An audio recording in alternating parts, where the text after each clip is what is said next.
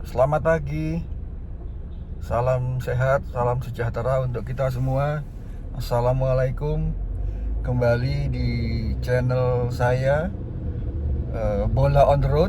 Kita bicara tentang bola dengan ringan sembari kita on the way atau on the road.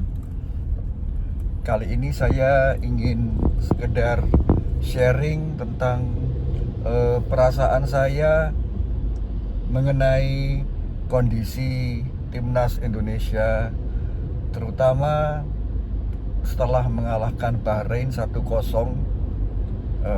kemarin 2 hari yang lalu di GBK ya. Jadi saya sebagai supporter fans timnas, sebagai pengamat kecil-kecilan, sebagai orang Indonesia, saya sangat merasa bangga karena saya mengikuti timnas itu sejak era mungkin tahun akhir 80-an, 90-an, 2000-an hingga saat ini ya. Jadi ketika itu saya sedikit bercerita tentang Indonesia ini mempunyai budaya sepak bola yang cukup kental. Kita bisa lihat di mana-mana, baik di jalan, di lapangan, di desa-desa, di kampung-kampung, itu banyak sekali kita lihat anak-anak bermain bola, entah di lapangan, entah di jalan, atau di lahan kosong. Passionnya bola luar biasa. Kemudian saya lihat juga kita ini selalu mendukung timnas di semua era, mulai era dulu sampai sekarang. Dan saya termasuk siapapun dan apapun hasil timnas itu, saya pastikan saya selalu nonton. Ya memang saya terlalu banyak nontonnya di televisi ya, atau mungkin nonton bareng gitu, karena saya masih belum banyak kesempatan untuk bisa pergi ke stadion. Tapi setiap timnas bermain di semua era dari zaman dulu sampai sekarang, memang fans timnas itu tidak pernah mati. Meskipun kita sama-sama tahu zaman sebelum sekarang kita selalu berkutat di level ASEAN ya.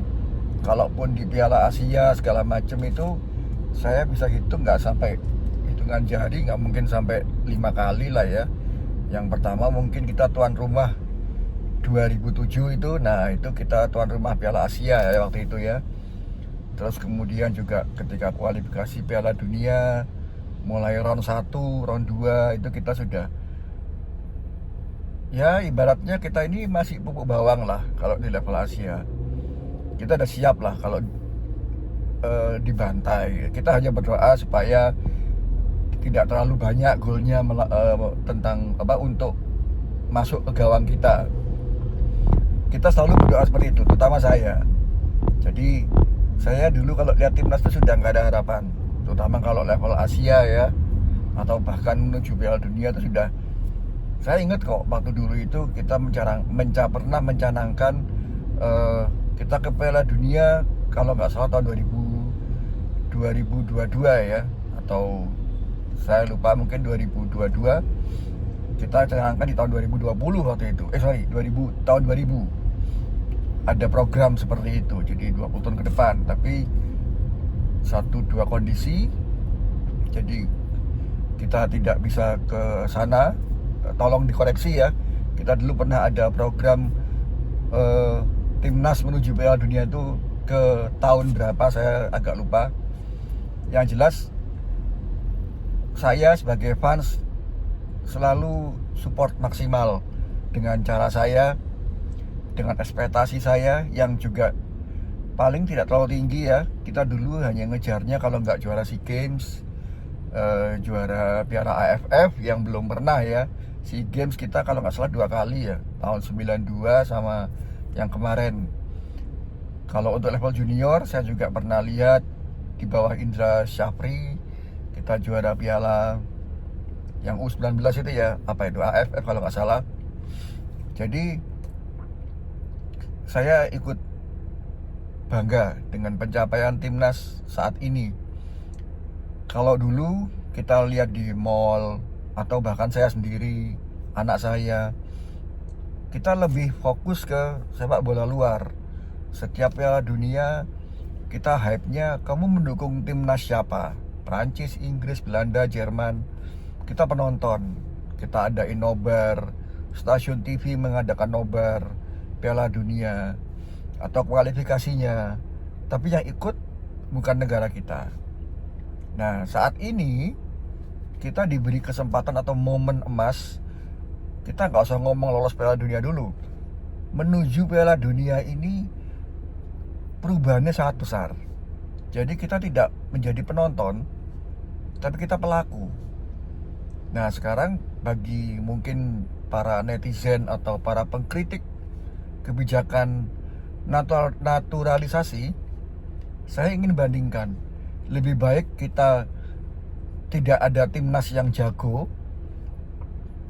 tapi kita mendukung negara lain di ajang kualifikasi Piala Dunia atau Piala Dunia, atau kita punya tim yang kuat, timnas sendiri, kebanggaan nasional, membela merah putih, meskipun sementara ini kebanyakan pemainnya dari diaspora.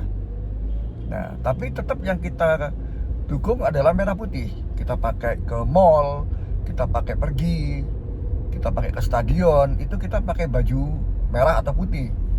Nah, itu aja bandingannya. Kita lebih seru mana, lebih bangga mana?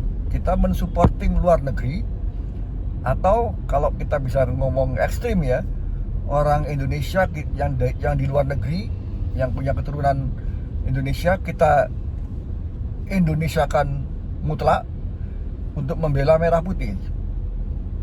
Kalau saya lebih memilih seperti sekarang. Ini mungkin transisi. Transisi itu artinya ya memang kita harus akui lah kompetisi dalam lokal, atau gak usah terlalu muluk kompetisi. Saya lihat di berbagai kota, terutama kota saya ya, di Surabaya, itu lahan terbuka hijau makin sedikit. Kalaupun lahan terbuka hijau itu ada, dibuat taman. Jadi area bermain anak-anak ini untuk bermain bola itu sangat sedikit, paling di jalan. Belum lagi pemandu bakat, SSB yang mungkin masih kembang kempis, atau kompetisi usia muda itu masih belum jalan banyak. Jadi ya mungkin saya harapkan PSSI dalam jangka waktu ke depan setelah ajang Piala Dunia ini selesai bisa memaksimalkan untuk pembinaan atau minimal infrastruktur yang sangat sederhana aja. Perbanyak lapangan-lapangan bola di setiap kota atau di setiap desa, dan perbanyak pemandu bakat ke setiap daerah. Karena saya yakin potensi kita ini ada. Dari dulu itu kita punya potensi bola yang luar biasa. Sebut saja seperti Bambang Pamungkas, Boa Salosa, ya, terus yang terakhir mungkin Evan Dimas, ya. Tapi ya udah, kita hanya punya potensi pemain, kita nggak punya tim yang benar-benar kuat. Nah, jadi kemungkinan untuk menjadi tim yang kuat itu kecil. Kita selalu dihadapkan maksimal melawan Thailand, Vietnam, lawan Singapura aja kita sudah ketar-ketir. Malaysia juga kita bisa 50-50 ya. Nah, tapi kalau sekarang saya lihat kita ini sudah maju ke level yang lebih tinggi. Meskipun kalau orang bilang ini pemainnya banyak diaspora, nggak masalah. Daripada kita membela tim dengan bendera lain, tim nasional ya. Kalau saya lihat sekarang lebih banyak orang pakai baju merah putih daripada baju katakanlah timnas manapun atau klub sekalian. Ya, kita fans klub manapun atau fans timnas manapun dulu. Kalau saya timnas Inggris ya dari dulu. Sekarang hype saya hilang. Inggris kualifikasi Piala Dunia, bertanding segala macam, saya nggak terlalu perhatikan. Saya lebih fokus ke timnas kita. Pengen tahu hasilnya, nonton juga kita dengan semangat. ada peluang untuk menang. Kalaupun ketiduran, kita juga tidur dengan tenang karena kita ada potensi mungkin bangun-bangun Indonesia menang, minimal seri. Kalaupun kalah gak banyak. Nah, seperti itu. Jadi kita atmosfernya ini sudah luar biasa. Ya, jadi ini saya sekedar sharing saja. Selagi di jalan, seperti judulnya, bola on the road. Dan saya harapkan untuk tombol lonceng dan mohon subscribe supaya saya bisa selalu semangat untuk sharing bola dari insight saya secara pribadi. Jadi kalau menurut saya ini sekarang ini saat terbaik untuk kita membangun suasana sepak bola yang kondusif sekali, baik dari sisi pembinaan, kecintaan kita, dan sudahlah, kita nggak usah bahas soal pemain naturalisasi, pemain lokal. Ini semua proses kok. Saya yakin kalau nanti misalkan 5 tahun ke depan katakanlah, nanti akan mungkin balance gitu loh.